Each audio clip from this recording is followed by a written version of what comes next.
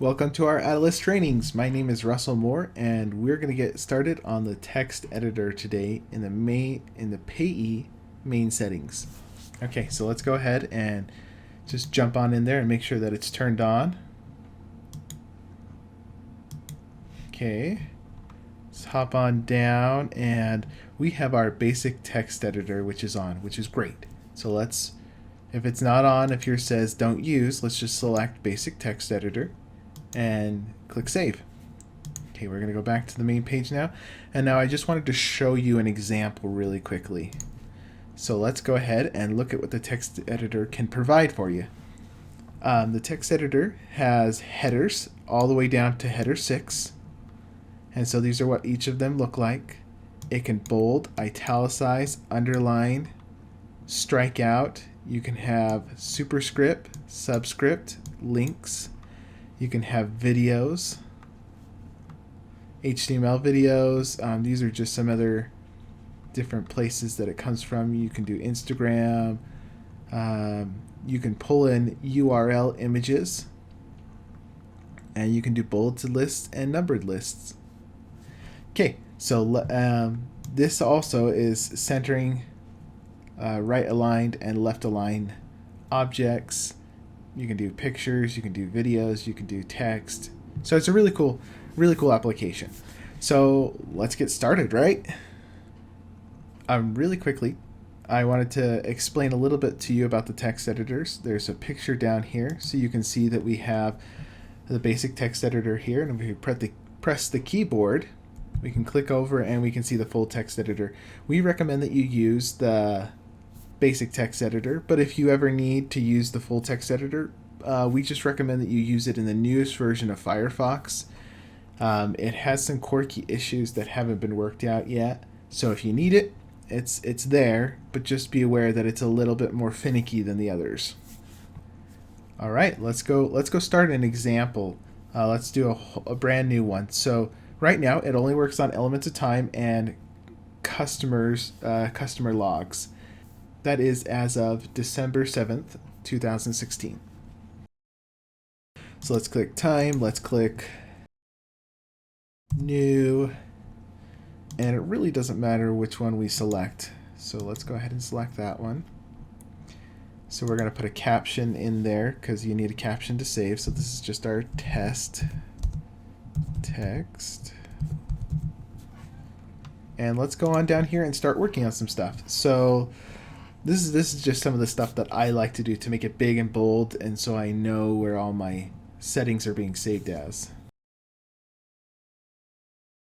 And so at this point, I'm going to press Control Enter, which will give me a horizontal line. You can also press this button right here to give you a horizontal line. I'm going to head and put. So something that I like to do is I always like to put a space between and the back before I do any editing, so that if anything happens with the text editor, I have a new spot to go to that's unaffected by changes that I've made.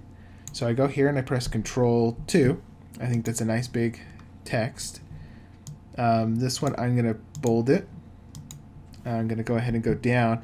Now the funny thing is, this is great because I either have two things at this point. I've now pressed bold, but I can't press it off. Oh, it worked for me this time. Sometimes that doesn't work. Anyways, sometimes if you press the bold and it's not working, you have to actually write some text out and then select it and unbold it. Anyways, let's go ahead and make ourselves a bulleted list.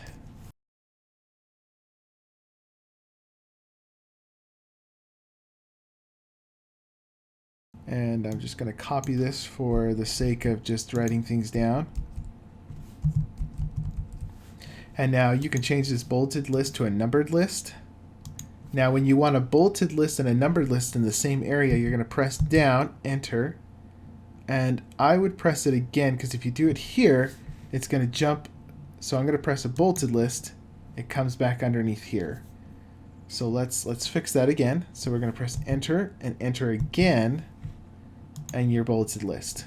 I'm just gonna write some garble because it's quicker.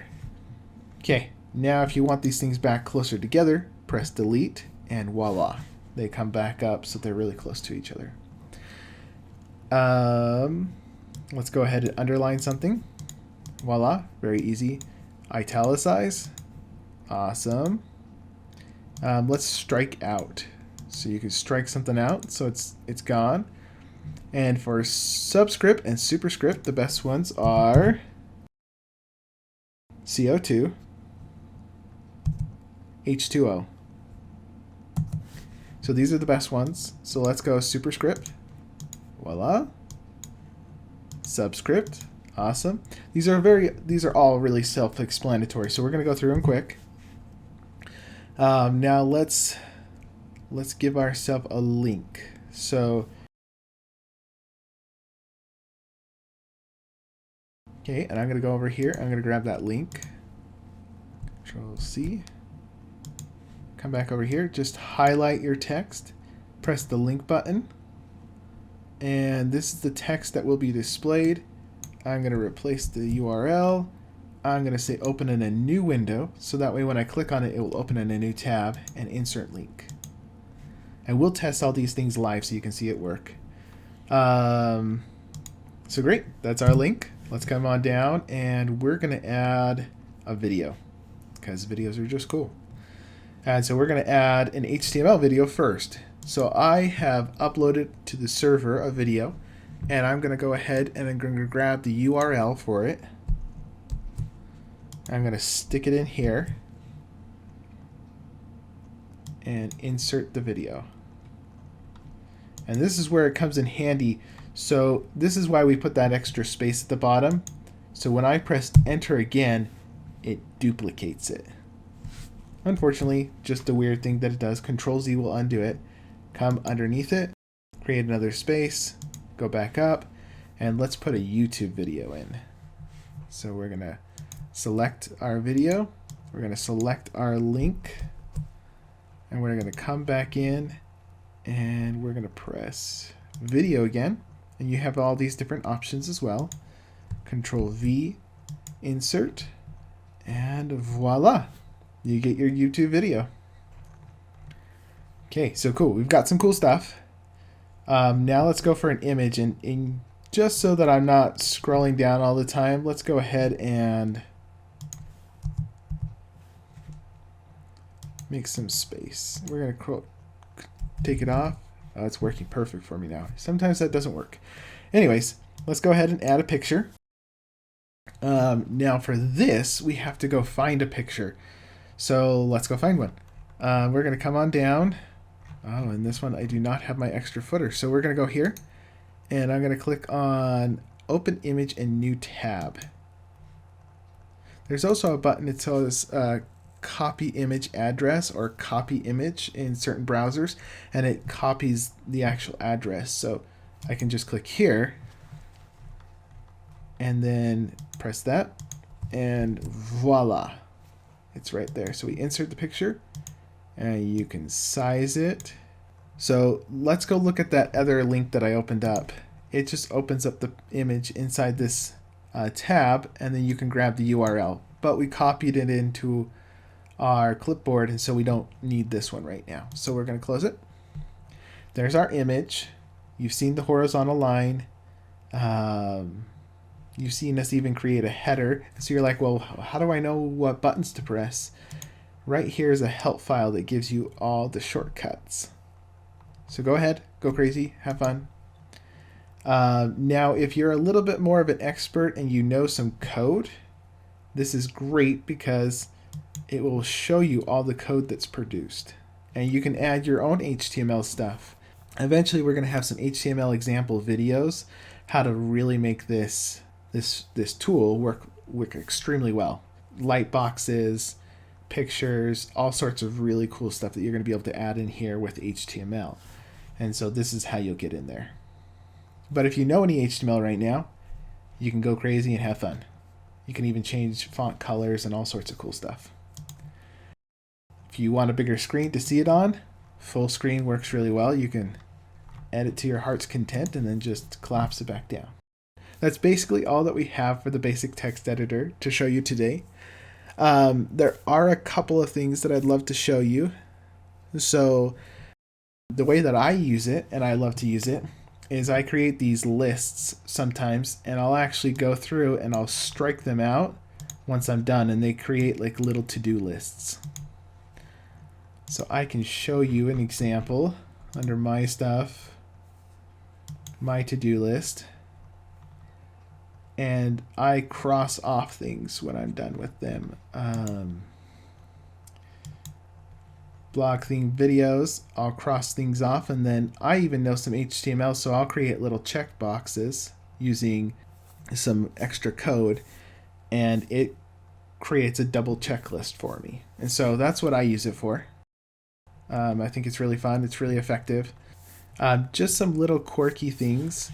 Every once in a while, you'll have some problems.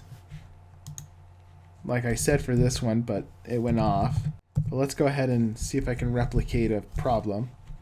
So we have this one. We're going to go Control 2. And now I'm going to press Control Enter. And I now have this right here. And I don't want that.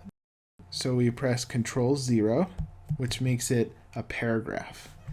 So that's how you can get rid of that one.